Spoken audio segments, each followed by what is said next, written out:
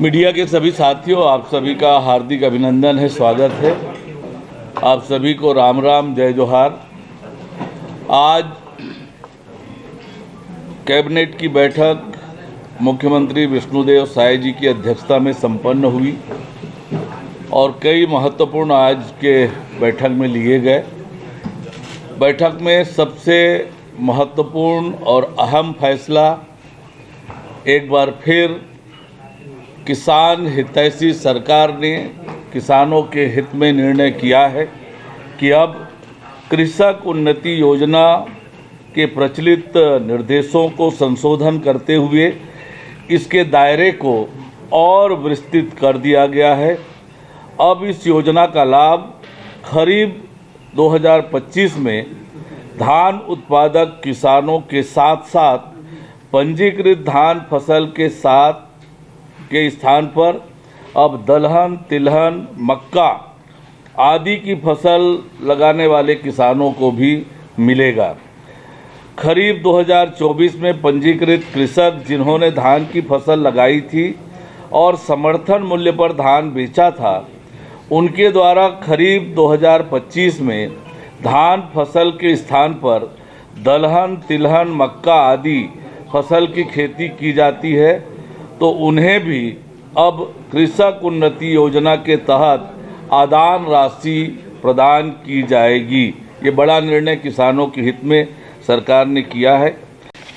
मंत्रिपरिषद ने प्रदेश के विभिन्न विभागों, निगम, मंडल, कंपनी, बोर्ड के पूर्व निर्मित एवं जर्जर भवनों तथा इनके स्वामित्व की अनुपयोगी शासकीय भूमि के व्यवस्थित विकास और सदुपयोग के लिए रीडेवलपमेंट योजना अंतर्गत 7 योजनाओं को स्वीकृति प्रदान की है।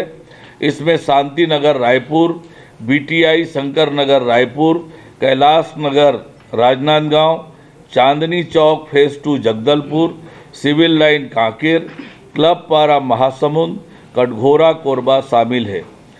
मंत्रिपरिषद द्वारा वाणिज्यिक कर पंजीयन विभाग के अंतर्गत उच्च श्रेणी पंजीयक, लिपिक रिकॉर्ड कीपर की तृतीय श्रेणी कार्यपालिक उप पंजीयक के पद पर पदोन्नति के लिए विहित 5 वर्ष की न्यूनतम अहर्कारी सेवा को केवल एक बार के लिए न्यूनतम अहर्कारी सेवा 2 वर्ष निर्धारित करने का निर्णय लिया गया। राज्य के प्रचुर वन संसाधन, वनोपज एवं वनौषधि उत्पाद के निर्यात हेतु इकोसिस्टम तैयार होगा। यह पॉलिसी राज्य के युवाओं के लिए रोजगार के नए अवसर भी सृजित करेगी, साथ ही को लॉजिस्टिक्स एवं निर्यात क्षेत्र में एक अग्रणी भूमिका में स्थापित करेगी। मंत्रिपरिषद द्वारा एक और महत्वपूर्ण निर्णय लेते हुए कुछ कानूनों के प्रावधानों का गैर अपराधीकरण करने के लिए छत्तीसगढ़ जन विश्वास प्रावधानों का संशोधन विधेयक 2025 के प्रारूप का अनुमोदन किया गया। जन विश्वास विधेयक से व्यवसाय व जीवन यापन में सहजता बढ़ेगी, अनावश्यक न्यायालयीन प्रकरणों और उससे होने वाले व्यय में कमी आएगी। अधिकारी कर्मचारियों के हित में भी एक बड़ा निर्णय मंत्रिपरिषद ने लिया है, जिसके अंतर्गत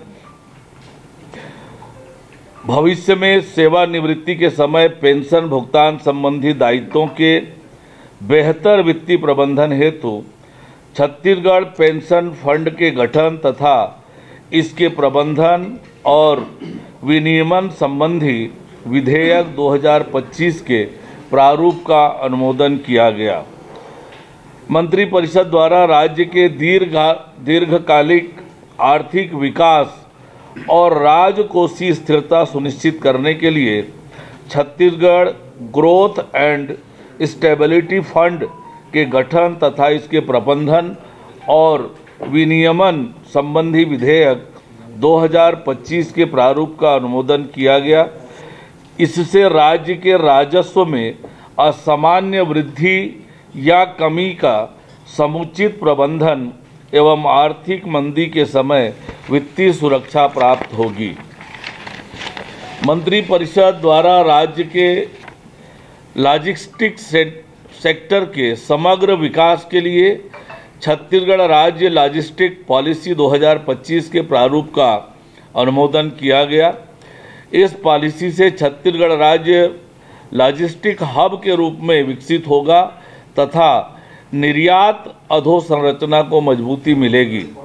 राज्य की भौगोलिक स्थिति का लाभ लेते हुए लॉजिस्टिक सेक्टर तथा ई कॉमर्स की राष्ट्रीय एवं बहुराष्ट्रीय कंपनियों को लॉजिस्टिक हब की स्थापना के लिए निवेश के लिए आकर्षित किया जाएगा। राज्य की भंडारण क्षमता में वृद्धि होगी, जिससे प्रदेश के उद्योगों, व्यापारियों और किसानों को सस्ती भंडारण सुविधा मिलेगी।